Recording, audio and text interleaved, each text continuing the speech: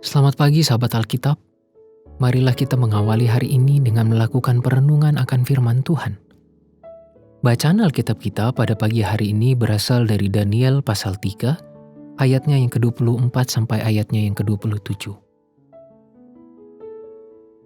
Kemudian terkejutlah Raja Nebukadnezar, lalu bangun dengan segera. Berkatalah ia kepada para menterinya, "Bukankah 3 orang yang telah kita campakkan dengan terikat ke dalam api itu?" Jawab mereka kepada raja, "Benar ya Raja," katanya. "Tetapi ada 4 orang kulihat berjalan-jalan dengan bebas di tengah-tengah api itu. Mereka tidak terluka, dan yang keempat itu rupanya seperti anak dewa." Lalu Nebukadnezar mendekati pintu perapian yang bernyala-nyala itu. Berkatalah ia, "Sadrah, Mesah, dan Abednego, hamba-hamba Allah yang maha tinggi, keluarlah dan datanglah kemari." Lalu keluarlah Sadrah, Mesah, dan Abednego dari api itu. Dan para wakil raja, para penguasa, para bupati, dan para menteri raja datang berkumpul.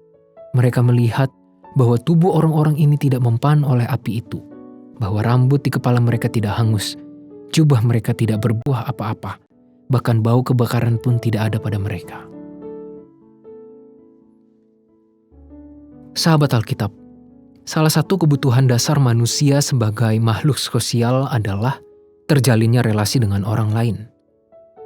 Di dalam proses relasi itu, manusia mendapatkan kebutuhannya untuk berkomunikasi, untuk mengungkapkan perasaan dan pikirannya, serta mendapatkan pemenuhan kebutuhan afeksi dari manusia lainnya. Setidaknya semua itu adalah keuntungan yang manusia dapatkan dalam sebuah relasi yang positif, dengan dampak yang konstruktif bagi setiap individu di dalamnya. Itulah sebabnya, manusia selalu membutuhkan manusia lainnya dalam menjalani kehidupan, entah dalam suasana senang, terlebih lagi sedih. Manusia membutuhkan manusia lain untuk menjalani dan menghadapi realitas kehidupannya.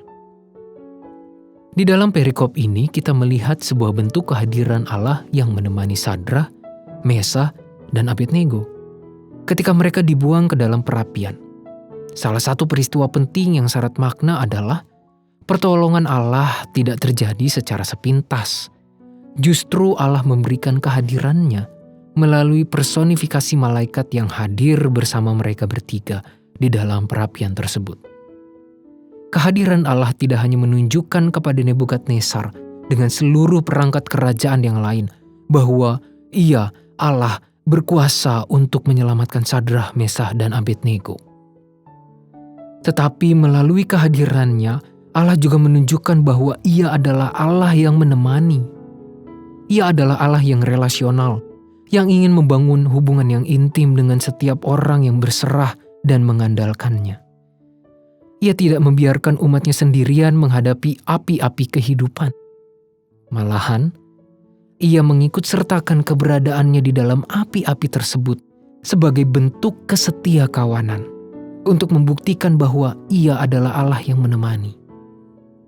Sahabat Alkitab, setiap kita mungkin sedang menghadapi berbagai pergumulan dengan berbagai tingkatan tekanannya masing-masing. Di tengah situasi membuat kita ingin menyerah, ingatlah bahwa Ia adalah Allah yang menemani. Ia tidak sekedar memberikan pertolongan dari tempat yang jauh, tetapi Ia hadir. Ia ada bersama-sama dengan kita menghadapi beragam situasi kondisi kehidupan.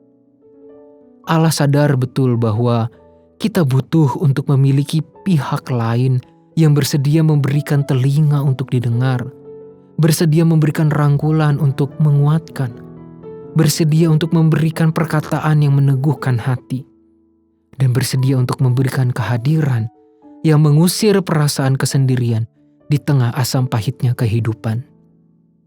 Dan Allah melakukannya karena Ia adalah Allah yang menemani.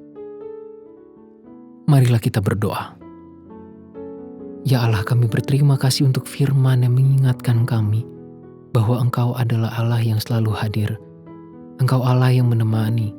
Engkau Allah yang menghadirkan dirimu untuk memberikan kekuatan, mengusir perasaan tertinggal ataupun kesendirian, secara khusus ketika kami berada di dalam pergumulan. Engkau bukan hanya Allah yang hadir ketika kami mengalami sukacita, tetapi Engkau bahkan bersedia ada bersama-sama dengan kami ketika kami mengalami kesulitan.